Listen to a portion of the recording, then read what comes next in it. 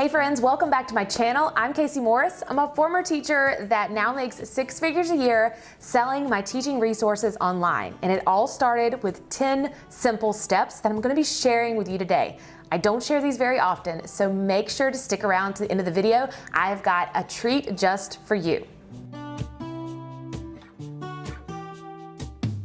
So let's get started with my 10 steps. Step 1, determine your passion, your goals, and your vision for your business. Selling your teaching materials online can be a huge boost of income to you and your family.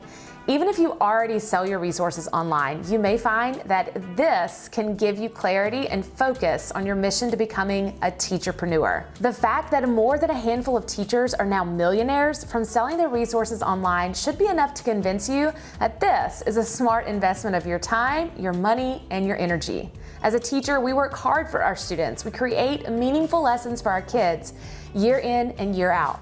For me, it was important to share my resources with more than just a few students every year. I wanted to impact the lives of students all over the world.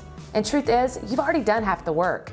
It's time you start making money to make your work seem less like a chore and more like fun. Step 2, create a unique name for your teaching business. Now this one is really important and it stumped me for a while.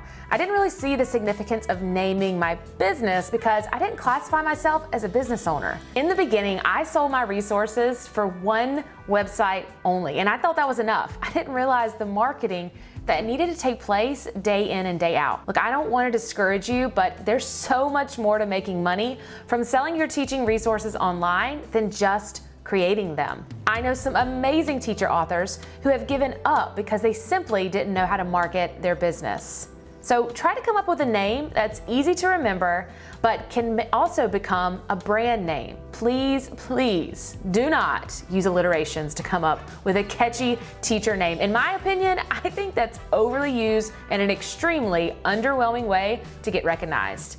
Be unique and be different. Step 3, and this is important too, check to see if your teaching name is already taken, and it never fails. You think you have the most revolutionary idea ever, and I can't believe no one's thought of that. You've said that to yourself.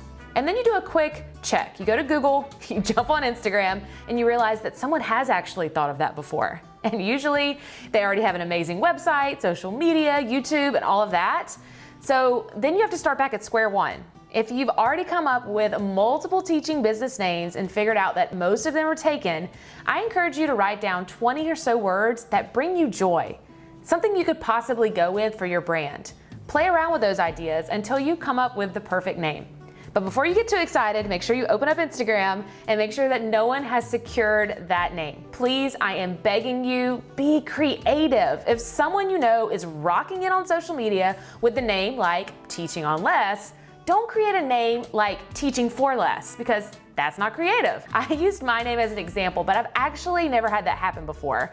I have seen so many teacher handles though that almost look identical to popular teachers that I know. And once I've clicked on them because I thought I knew them, I realized that it was just someone pretending to be them. Unfortunately, it didn't really work out for the person that was trying to be someone else. So just so you know, if a brand has trademarked their name or any derivative from it, you can't use it or any derivative. So make sure you're paying attention to that. Be unique and please be creative. Step 4, create a logo. Once you've found the perfect fit for your business, it's time to think of how that name can match with the perfect logo. Feel free to go into PowerPoint, Canva, PicMonkey, and create one yourself, or you can go to a place like Fiverr and have someone make one for you for cheap. If you know this is something you want to invest in, I encourage you to find someone that is amazing at creating blogs or logos and have them do this for you. It may cost you around 50 bucks or so, but determine if you want this logo and go for it. It can be circular, it can be square. My very first logo of all time is actually one of my favorite. I printed it on business cards, on lanyards, paper headings, and looking back now, it's super funny, but my latest logo is definitely one that more embodies myself as a brand, but it's fun to look back and to remember where we started from. So make sure you get started on that brand logo today. Step 5, determine your target audience. Once you've found your name, your logo, and social media handles, it's time to focus on the perfect target audience. What grade level will you most likely be creating resources for? What subject? Do you want to do multiple grade levels? Do you want to sell multiple subjects? It's okay if the answer isn't perfectly clear right now. I just now realized that my main passion for creating resources was to help other teachers. And when I first started, I created resources for middle school, and then I went into early childhood, and then I missed kindergarten, so I made resources for kindergarten, and I decided to begin making resources for all different grades. But it really helped my business grow, and it's amazing to look back on where I started from. My creativity soared then, and my resources became better than ever. Every business has monumental moments and decisions that you will make. Each time you learn a valuable lesson, it's okay if it's not absolutely perfect. It's just important that you get started as soon as possible. Figure out what you're most passionate about in the classroom and what sets your soul on fire. And please do that. Create resources that focus on those key things, and you'll be amazed at how quickly you can come up with new ideas and new visions. Step 6, aim to create content that solves a much bigger problem. As with any successful business or invention, it's important that you solve a bigger problem in the classroom. What can you create that will make teachers' lives easier? How will you make sure that you implement that strategy while aligning yourself with Common Core state standards? Even if your state is not a Common Core state, it's imperative that you remember these standards are the base for other state standards. Larger websites require that you actually use these standards to mark your resources with, so embrace it. It is the world we live in, and I'm sure you've had a light bulb moment in the classroom and you've seen that spark in your students' eyes and you've thought to yourself, this is that moment.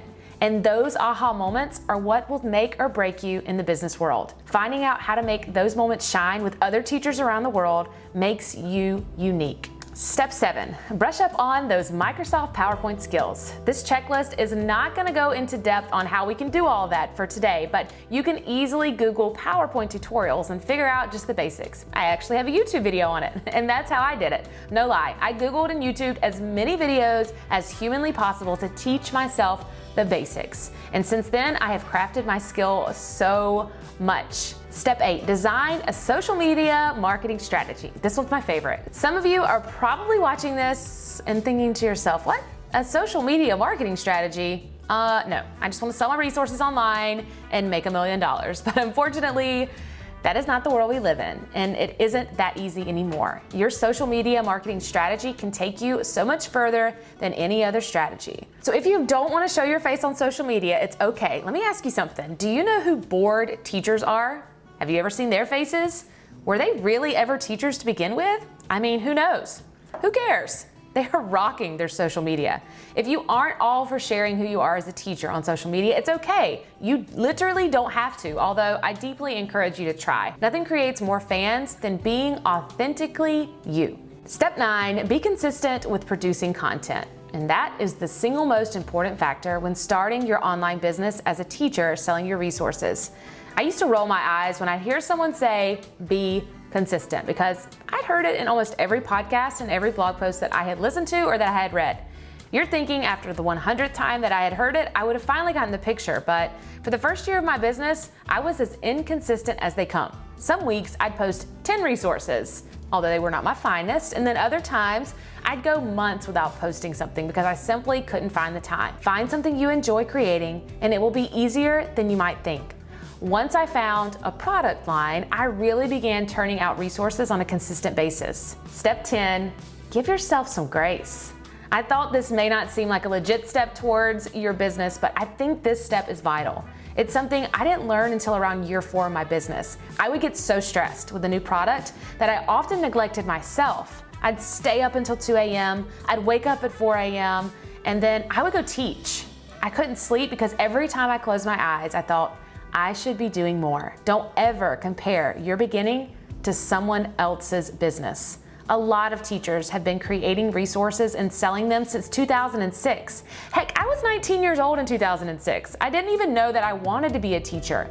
The fact that I began my business in 2013 and I am where I am today is amazing, and I am so proud of myself. I will no longer compare my success to someone else's. It's liberating, and it makes me take more pride in my work. Remember, as with all important things in life, this is a journey, not a destination. I create weekly, daily, and monthly and yearly goals for my business. And I give myself grace. But I must tell you, if you want easy, quick money, then this is not the right place for you, because easy, quick money is just that. It leaves just as quickly as it arrives. Make no mistake, I earn 6 figures a year because I work my butt off. This is not for the faint of heart. If you're up for the challenge, then you can download my 10-step workbook to get started selling your teaching resources online by clicking on the link in the description below.